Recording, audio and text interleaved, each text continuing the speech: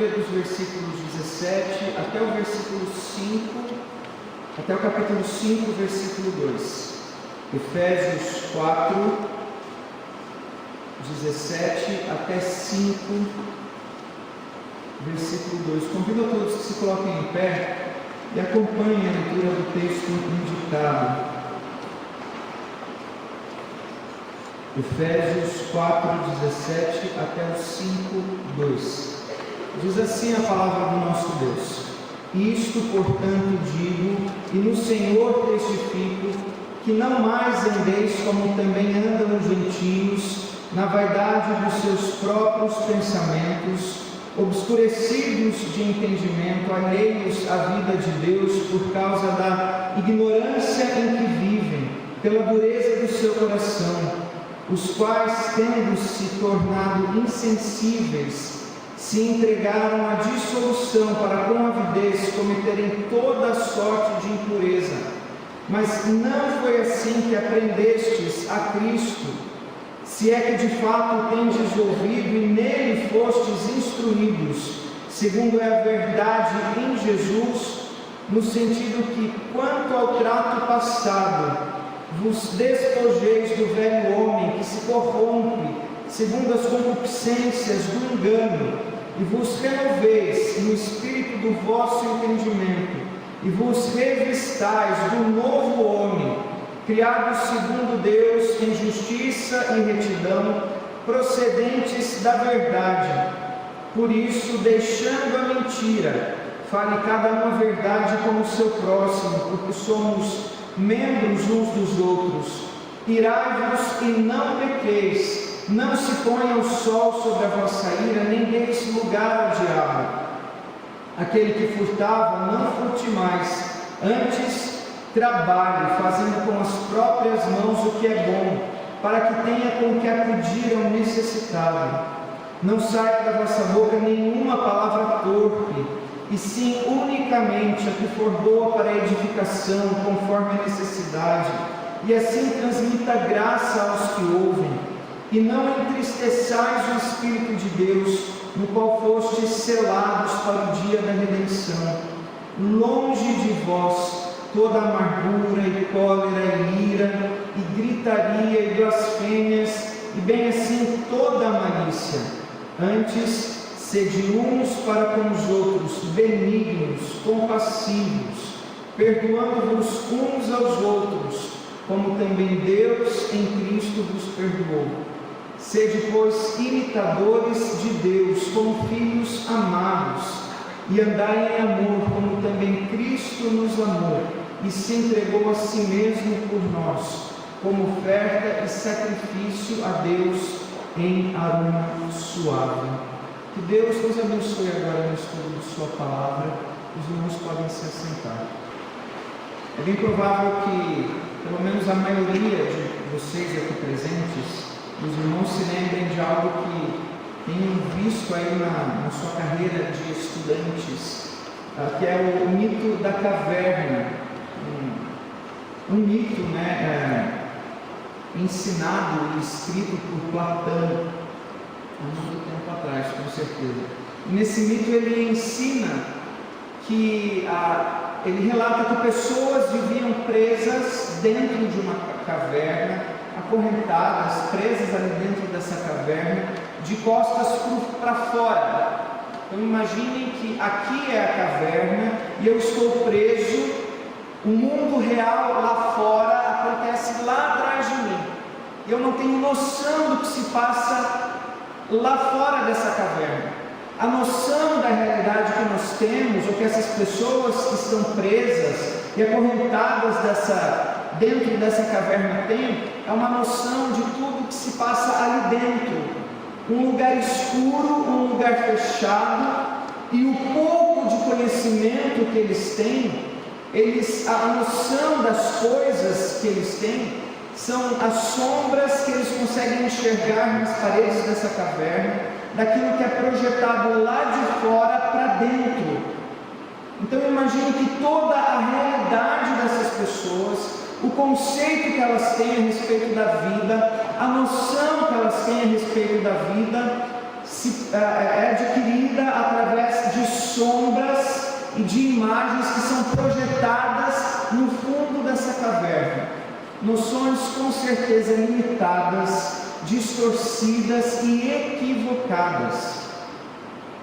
E à medida que alguém consegue se libertar e sair deste mundo e ir para fora e conhecer o universo real e conhecer as coisas como elas verdadeiramente são, ele é impactado por esse conhecimento, impactado por essa luz que agora entra nos seus olhos, entra na sua mente, e então ele volta para dentro da caverna para tentar dizer para aquelas pessoas: o mundo em que a gente conhecia aqui é um mundo equivocado, errado. O mundo verdadeiro, as coisas reais estão lá fora.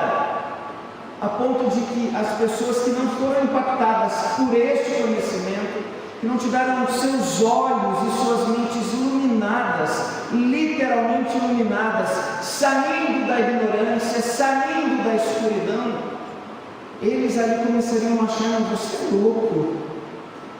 Você é louco, esse é o nosso mundo real. Essa é a realidade que nós conhecemos. E esse mito, ele nos ensina que o que a ignorância é capaz de fazer com as pessoas é quando inseridas, envoltas no seu mundo de ignorância, no seu mundo de escuridão, no seu mundo de enganos e de equívocos, as noções distorcidas que nós podemos ter e que nós passamos a ter a respeito da realidade. E esse texto nos fala, o texto agora em Efésios, aquilo que Paulo escreve, ele trata exatamente deste conhecimento que liberta, deste conhecimento, do conhecimento de Deus, que nos liberta do nosso mundo de ignorância. E como nesse sentido, até mesmo o mito da caverna, isso que a palavra de Deus nos ensina, trazem o mesmo pensamento. O conhecimento liberta, o conhecimento transforma, o conhecimento muda a nossa noção de realidade. E principalmente aqui, o conhecimento que vem de Deus, na medida em que pessoas são impactadas pela palavra, pela verdade, impactadas por uma vida com Deus, impactadas por terem seus olhos abertos e agora conseguirem enxergar quem é o Senhor de suas vidas, a quem elas devem seguir, que palavra elas devem obedecer. Isso traz luz ao mundo de escuridão, isso liberta da ignorância e traz um novo sentido à nossa vida.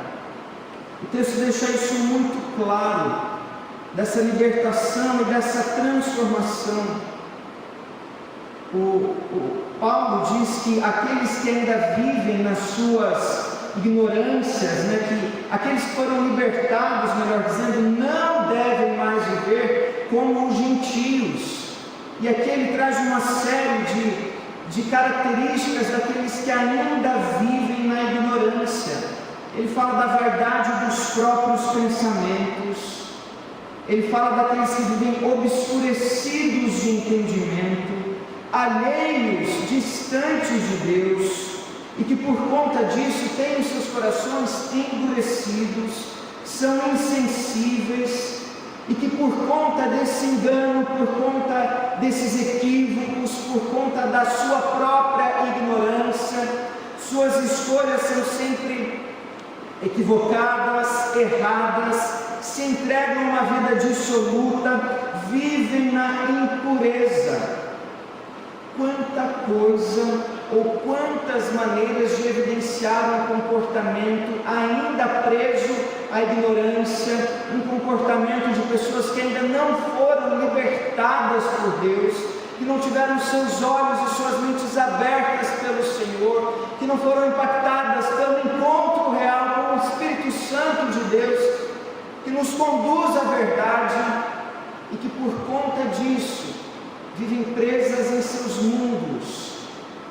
E pensando na ilustração do início, vivem em suas cavernas escuras, frias, com uma visão totalmente distorcida da vida, e por falta do conhecimento de Deus, um estilo de vida reprovável, equivocado, e com certeza colhendo os frutos de escolhas feitas e firmadas na ignorância. É por isso que o texto ele inicia esse pensamento dizendo: não mais andeis como também andam os gentios na vaidade dos seus próprios pensamentos. Há um contraste estabelecido entre aqueles que ainda continuam ignorantes e alienados à vontade de Deus, com aqueles que já foram abençoados e alcançados por esse conhecimento que transforma, por esse conhecimento que muda a nossa percepção e, consequentemente, todo o nosso estilo de vida, todas as nossas escolhas. Em oposto à ignorância, nós temos o aprendizado, e ele vai falar sobre isso. Aquilo que nós aprendemos de Jesus, aquilo que nós ouvimos, as instruções recebidas a respeito da verdade em Jesus, Ele que é a verdade, e isso é libertador, e isso é transformador, isso é restaurador.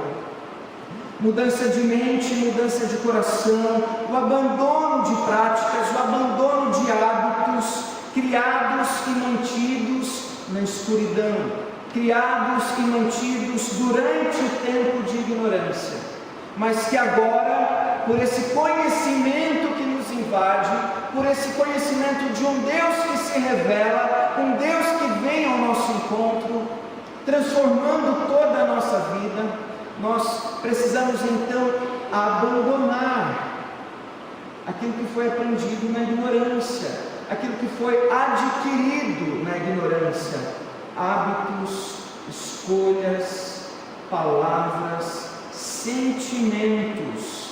E é preciso então abraçar um novo estilo de vida que revela literalmente o conhecimento que nós temos da verdade, o conhecimento que nós temos de Jesus. E a figura que Paulo usa aqui é a figura da troca de roupas.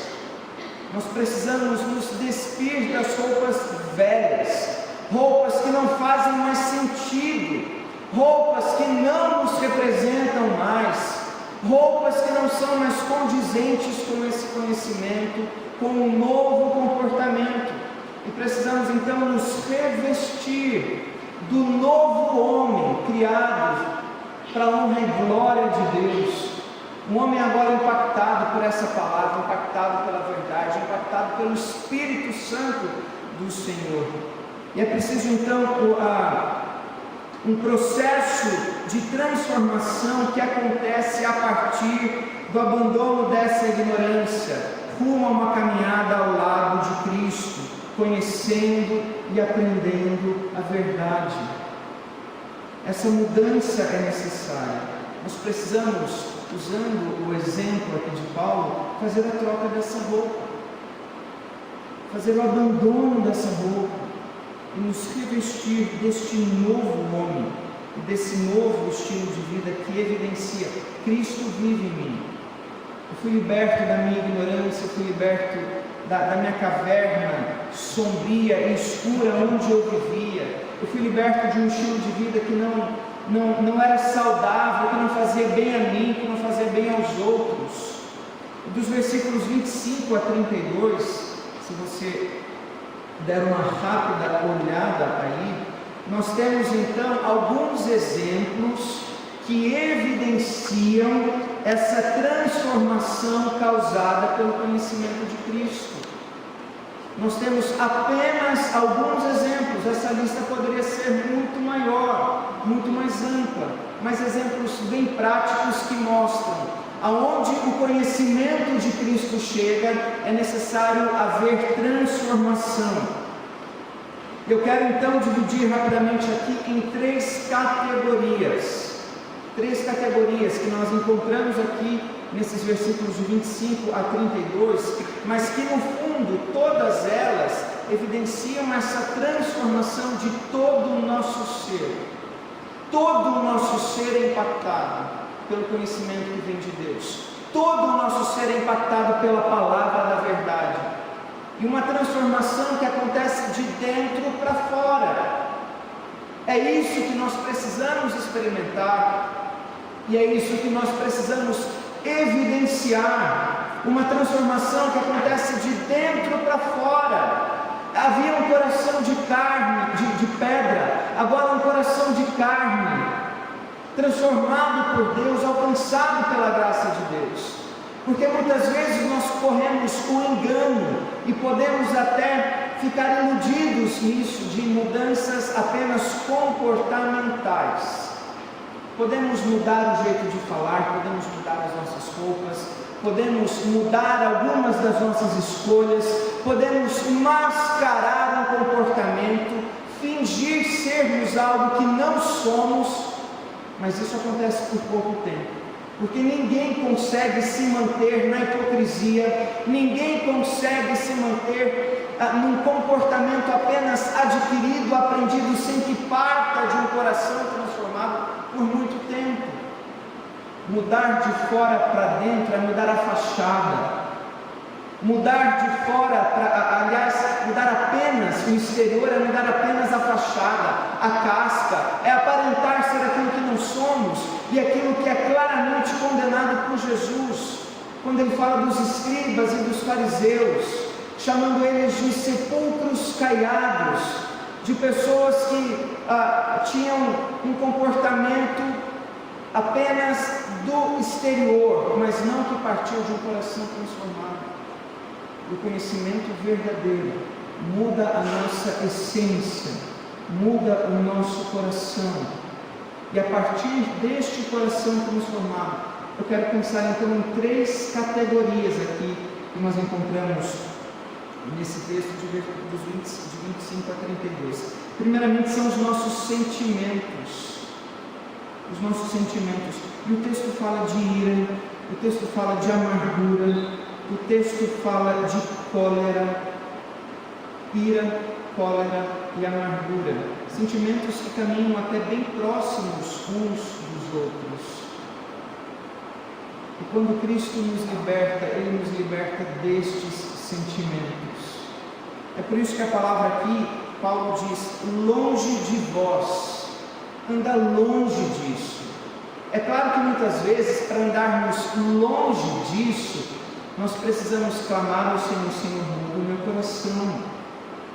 Porque como ficar longe se muitas vezes esses sentimentos ainda estão presentes no meu coração? E nós precisamos então dessa transformação. Nós precisamos que Deus opere essa mudança em nós. Nós precisamos ser ajudados por Deus. E precisamos então experimentar a alegria que vem do Senhor, a paz que excede o entendimento. E precisamos fazer com que o nosso coração seja carregado de sentimentos bons, daquilo que vem do Espírito do Senhor, não de sentimentos que sejam cultivados na ignorância, cultivados no pecado. E se nós estamos neste processo de nos revestir desse novo homem, se nós já fomos alcançados e abençoados pelo Espírito Santo do Senhor, que iluminou a nossa mente e o nosso coração, nós precisamos deixar muitas coisas para trás. E essa limpeza, e essa mudança, e essa faxina começa pelo nosso coração. Quais são os sentimentos que você ainda precisa abandonar, ainda precisa se libertar?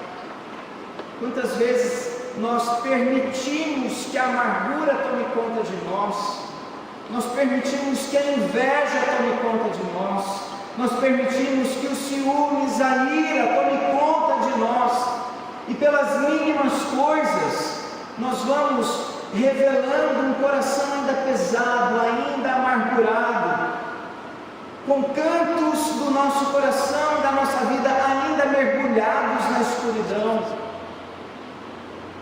precisamos experimentar essa libertação, essa transformação que vem do Senhor, e que vai automaticamente fazendo com que possamos nos alimentar da palavra, nos relacionar com Deus através da oração, clamarmos para que cada vez mais o Espírito do Senhor possa ocupar todo o nosso ser, e consequentemente, a partir disso, sermos iluminados por Deus, entendendo que estes sentimentos citados e outros sentimentos não podem mais fazer morada em nosso coração. Lembranças do passado, cicatrizes na alma, muitas vezes vamos vivendo presos a isso, quando temos diante de nós um mundo iluminado pelo conhecimento que vem de Jesus, que nos transforma, que nos abençoa, que nos torna novas pessoas. Ligado aos sentimentos, o texto fala das nossas palavras. E como disse, tudo isso está muito interligado. É o próprio Senhor Jesus que nos ensina que a boca fala do que está cheio o coração. E o texto fala que nós não devemos usar palavras torpes, palavras agressivas, palavras com o objetivo de destruir, de ferir as pessoas, que nós não devemos estabelecer como padrão das nossas conversas a gritaria, que nós não devemos usar a mentira para tentar diminuir o outro, para tentar destruir o outro, que nós não devemos blasfemar. Pessoas que foram iluminadas por Deus, que conhecem a verdade, que devem se despir do velho homem, precisam adquirir um novo jeito de falar, precisam falar conforme a necessidade, precisam falar transmitindo graça, precisam falar edificando, abençoando, construindo. Será que as nossas palavras revelam um coração alcançado pela graça de Deus? Ou um coração ainda amargurado e, consequentemente, nós vamos distribuindo amargura? Ao invés de abençoarmos, amaldiçoamos.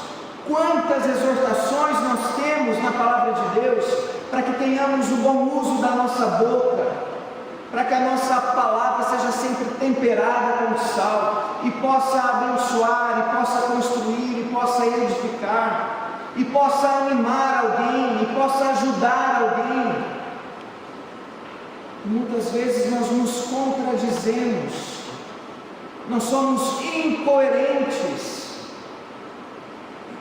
porque declaramos uma fé, mas professamos outra, porque dizemos que já fomos alcançados pela graça de Deus, mas o nosso falar evidencia algo tão diferente. É preciso que nós tenhamos muito cuidado com aquilo que nós falamos, porque o problema é muito mais profundo, é o coração. O coração é a fonte de todos os males. E se de fato Cristo nos iluminou, e se de fato nós somos impactados por essa verdade, nós precisamos nos revestir deste novo homem, criado para a honra e glória do Senhor, que carrega em seu coração sentimentos adequados, que evidencia o fruto do Espírito e não as obras da carne, e consequentemente palavras abençoadas, palavras transformadoras, sentimentos, palavras e consequentemente ações corrigidas. E o texto ele é muito rico nesses contrastes que ele traça. Olha, deixa a mentira, fale a verdade, irai-vos, mas não pequeis. Aquele que furtava agora vai trabalhar. Contrastes, ações que evidenciam: antes de Cristo eu era assim, antes de Cristo eu mentia, Antes de Cristo eu blasfemava. Antes de Cristo eu furtava. Agora não. Agora eu sou uma nova pessoa. Agora as minhas ações, as minhas escolhas diárias evidenciam Cristo vive em mim. Meu coração foi iluminado pela verdade. Fui impactado pelo Senhor. Não vivo mais preso na ignorância dos meus pensamentos. Não vivo mais equivocado, preso à escuridão. A luz de Cristo me alcançou. Será que nós temos evidenciado isso? Será que nós podemos, as pessoas realmente percebem a mudança antes de Cristo e depois de Cristo? Antes a ignorância, agora o conhecimento da verdade. Agora um coração controlado pelo Espírito Santo. Deus agindo em nossas emoções. E sim, eu reconheço, não é fácil. Quantas vezes nós ainda percebemos sentimentos que tentam ali nos escravizar, mas precisamos clamar ao Senhor, para que Ele continue nos libertando, para que Ele continue agindo em nós, para que Ele continue nos iluminando, nos ensinando a cada dia, e dessa forma nós vamos transmitindo graça no uso das nossas palavras, fazendo escolhas que evidenciem um coração verdadeiramente transformado por Deus. O velho homem precisa ficar para trás. É impossível estarmos verdadeiramente em Cristo, presos ao velho homem. É preciso que nos esforcemos, sim, na dependência de Deus, na total dependência de Deus, mas é preciso que nos esforcemos, clamando a Deus, para que Ele nos abençoe e para que as nossas escolhas possam evidenciar o Espírito Santo reino em minha vida. Meu coração foi transformado por Deus. Não vivo mais na ignorância da escuridão. Agora eu sigo no conhecimento da verdade de Jesus. E os últimos versículos, a partir do capítulo 5, eles dizem: sede, pois, imitadores de Deus, como filhos amados. É desta forma que vamos nos revestir do novo homem criado para a honra e glória do Senhor. Eu gosto de observar como pais, filhos, mães, as famílias, como se parecem, né? E, às vezes alguns detalhes acabam me chamando muito a atenção. É o jeito de andar, é o jeito de falar, são os gestos, são os olhares, o jeito de falar.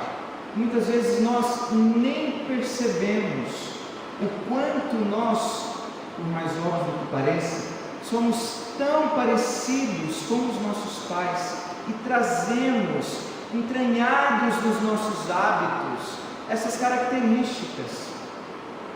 Nós devemos ser parecidos com Deus. Nós precisamos ser imitadores do Senhor. Nós precisamos buscar os seus valores. Nós precisamos fazer as escolhas que Cristo faria em nosso lugar. Ser depois imitadores de Deus como filhos amados. E dessa forma nós devemos andar em amor, como Cristo também nos amou. É assim que temos andado, é assim que temos vivido. Precisamos evidenciar que fomos impactados pelo conhecimento da verdade. Verdade que transforma. Eu quero encerrar perguntando para você se você tem noção, tem consciência do que ainda precisa ser mudado. Talvez existam coisas no seu comportamento, no seu coração, sentimentos, talvez o jeito de falar, as suas escolhas, o que precisa ser mudado para que você se pareça ainda mais com Jesus. O que precisa ser abandonado? Há traços do velho homem que precisam ser deixados para trás. Vamos evidenciar tenhamos corações transformados pelo conhecimento da verdade que é Jesus. Eu quero te convidar nesse momento para que você ore nesse sentido, silenciosamente, para que você clame a Deus: Senhor, em coisas que eu ainda não consegui resolver, alguns hábitos, alguns sentimentos, eu preciso do Senhor. Eu preciso do Senhor agindo em meu coração, me ensinando, me libertando, me ajudando, Deus, para que eu não seja dominado por sentimentos que não vêm do Senhor, para que as minhas palavras possam transmitir a graça necessária, para que as minhas escolhas evidenciem que de fato o Senhor reina em mim. Ore silenciosamente nesse momento. Peça para que Deus te liberte. Peça para que Deus te ajude. Para que você seja plenamente controlado pelo Espírito Santo de Deus.